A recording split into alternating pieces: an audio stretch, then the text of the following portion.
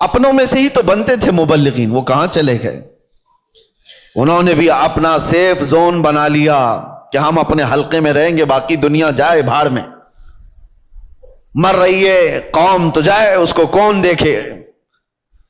وہ اصلاح کا شعبہ بھی چھوڑ دیا گیا ہے، اور اب تو اصلاح کرنے والے ہمارے محلے سے بھی نہیں گزر رہے ہیں۔ اب سنو حدیث، میرے آقا صلی اللہ علیہ وسلم نے فرمایا تھا، اسی زمانے کے لیے شاید، حضور فرماتے ہیں ایک وقت ایسا بھی آئے گا کہ جو اصلاح کی بات کرے گا، جو ایمان کی بات کرے گا، لوگ اس کو اتنی تعجب سے دیکھیں گے جیسے چور کو دیکھا جاتا ہے۔